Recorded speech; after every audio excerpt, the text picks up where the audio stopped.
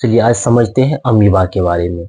2 दिन से जो है ना कोई वीडियो नहीं आ रहा था। इसका कारण है कि बाल दिवस था, उस पार्टी में समय लग गया और बच्चा सबका कहना था सर हम लोग को घुमा दीजिए, तो सभी को घुमाने के लिए लेके जाना पड़ गया हमको नेपाल।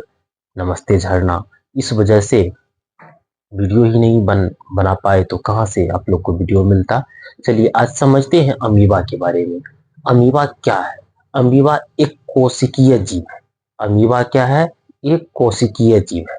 अच्छा, क्या हम एक कोशिका को देख सकते हैं? बिल्कुल नहीं देख सकते हैं। तो कौन चीज से देखेंगे? जब भी देखेंगे तो आंखें से देखेंगे। तो देखने के लिए हम माइक्रोस्कोप का प्रयोग करते हैं, सूक्ष्मदर्शी का प्रयोग करते हैं। कोशिका क्या है? एक कोशिकीय प्राणी है। कोशिका एक कोशिकीय प्राणी है। इसे हम खुली आंखों से नहीं देख सकते हैं। खुली आंखों कहने का मतलब कि आंख बंद करके देख सकते हैं क्या? नहीं। खुली आंखों कहने का अर्थ होता है कि हम एक माइक्रोस्कोप से देख सकते हैं, वैसे नहीं देख सकते।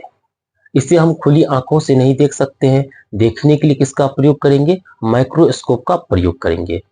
तो अमीबा क्या है? एक कोशिकीय प्राणी है। याद रखना चाहिए, अमीबा क्या है? एक कोशिकीय प्राणी है। अमीबा जैसे मनुष्य भोजन बनाता है, वैसे अमीबा भी अपना भोजन बनाता है।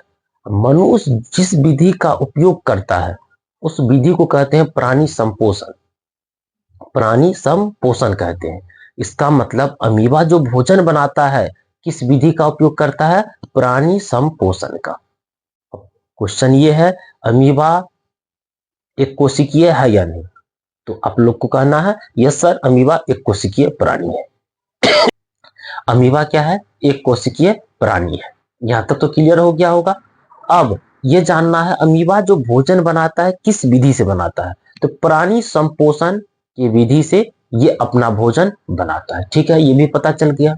जब अमीबा एक कोशिकीय जीव है, ये आंख से दिखाई भी नहीं देता है, तो ये जो खाना बनाएगा वो भी खाना क्या होगा? बहुत ही छोटा होगा। वो खाना भी क्या होगा? बहुत ही छोटा होगा। और एक कि अमीबा का आकार फिक्स नहीं होता है। अमीबा जैसे भोजन खाएगा ना, जैसे भोजन ग्रहण करेगा वैसे आकार बदल जाएगा। अमीबा का आकार निश्चित नहीं होता है। पहला पॉइंट याद रखना, अमीबा एक कोशिकीय जीव है। दूसरा पॉइंट याद रखना, अमीबा क्या है? प्राणी संपोषण है। प्राणी संपोषी या प्राणी संपोषण है। अमीबा एक कोशिकीय जीव है। ये जो भोजन ग्रहण करता है प्राणी संपोषण का विधि का उपयोग करता है। अमीबा को क्या हम खुली आंखों से देख सकते हैं? नहीं देख सकते हैं, क्योंकि ये क्या है? एक कोशिकीय जीव है। जीव है तो खाना खाता होगा, बिल्कुल खाता होगा। तो ये जो खाना खाता है कौन सा विधि उपयोग करता है बोलिए? अभी तुरंत बोले हैं। हाँ ठीक है, प्राणी संपोषण का उपयोग करता है। यहां तक क्लियर हो गया होगा। अब समझते हैं कि ये इसका खोज कौन किया था। कोई तो आदमी होगा जो खोजा होगा। तो इसका खोज 1755 में किया था। जोहान रोसेल वान रोसेन होप ने किया था। यहाँ पे छोटा हो सकता है, छोटा में लिखा हुआ आपको दिख नहीं रहा होगा, लेकिन जब हम बोल रहे हैं तब तो आपको सुनाई दे रहा होगा। आप इसको लिख लीजिए, जोहान। ठीक है, लिख लिए होंगे। जोहान रोसेल वान, व आ का चांद बिंदु न, वान रोसेन होप ने किया था। अमीबा का खोज किसने किया था? जोहान रोसेल वान होप ने किया था।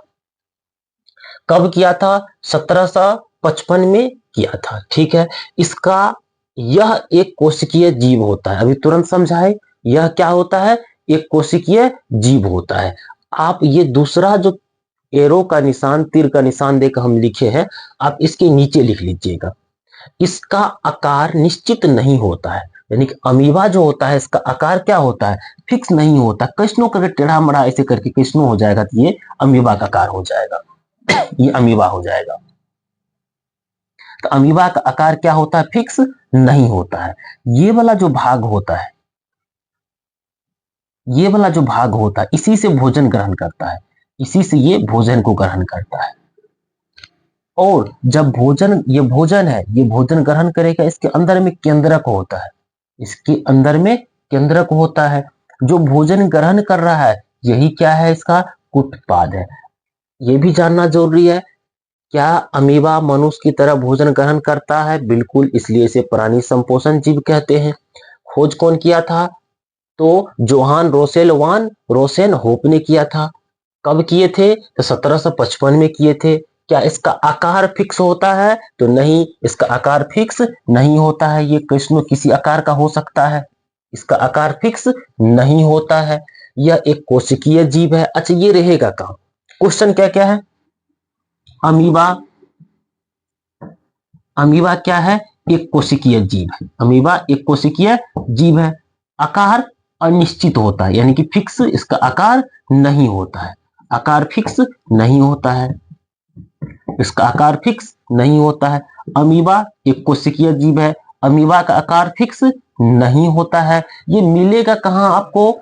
ये कहाँ मिलेगा? तो ये मिलेगा तालाब में, पोखर में। तालाब पोखर तो पता होगा, झील में, गिल्ली मिट्टी में, मतलब मिट्टी जो है भींगा हुआ है, गिल्ला है, थाल जिसको कहते हैं, उसमें, या पीने वाला जो पानी है कभी कभी उसमें भी हो सकता है, ये वहां रहता है। अच्छा, जब अमीबा मनुष्य की तरह खाना ग्रहण करता है तो क्या इसे सांस लेने के लिए इसके अंदर में फेफड़ा है? तो नहीं होता है। अमीबा में कोई श्वसन तंत्र नहीं होता है, ये डिफ्यूजन के द्वारा सांस ग्रहण करता है। अमीबा एक सरल प्राणी संपोषी जीव है। अभी तुरंत बोले थे अमीबा मनुष्य की तरह भोजन ग्रहण करता है, तो मनुष्य कौन सा जीव? प्राणी संपोषण जीव है। वैसे तो है परपोषी। परपोषी होता है 3 प्रकार का, आप लोग को बताए।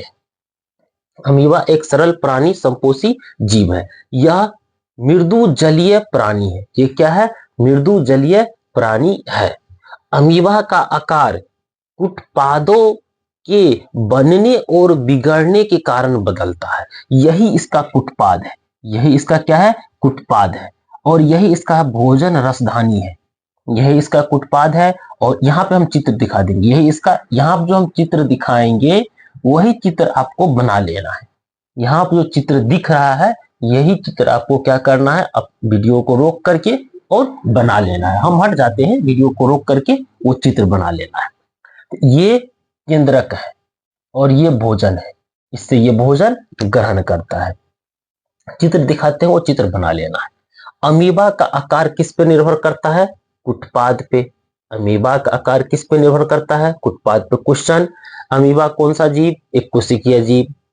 अमीबा किस विधि का उपयोग करता है भोजन बनाने के लिए? प्राणी संपोषण, इसलिए प्राणी संपोषी जीव भी है ये।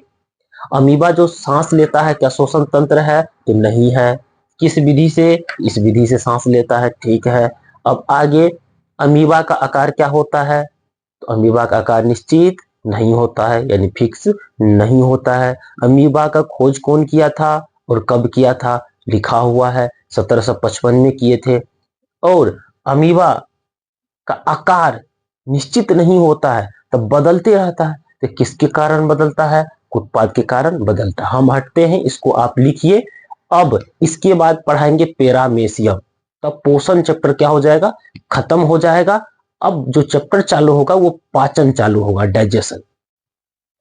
तो सबसे पहले इसमें 7 गो ये हुआ 7वां नंबर का। एक और पढ़ाएंगे पैरामेशियम, 8 को हो जाएगा। उसके बाद इसका हम ऑब्जेक्टिव करवाएंगे, शॉर्ट क्वेश्चन लॉन्ग क्वेश्चन करवा देंगे। पहले ऑब्जेक्टिव, फिर शॉर्ट क्वेश्चन लॉन्ग क्वेश्चन, ये चैप्टर खत्म हो जाएगा। कल आपको ये चैप्टर पूरे हम लास्ट कर देंगे और इस चैप्टर का तब फाइनल टेस्ट हो जाएगा। जो ऑनलाइन पढ़ रहा है वो खुद से अपना याद करते जाइएगा, और होगा तो ऑनलाइन वाला का टेस्ट का सुविधा कर देंगे। लेकिन जिसको हम ऑफलाइन में पढ़ा रहे हैं, जिसका सिलेबस नहीं खत्म कर पाए हैं, वो बच्चा को तो लिखना ही लिखना है और इसको याद भी करना है, फेयर करना है, अपना याद करना है, समझते जाना है। दिक्कत होता है तो आप लोग कमेंट कीजिए, तो उसमें हम बता देंगे आपको, या जब पढ़ाने जाते तब पूछ लिया कीजिए। और जब वीडियो देखते हैं तो लाइक भी कीजिए और सब्सक्राइब भी कीजिए। इसको पहले लिखिए।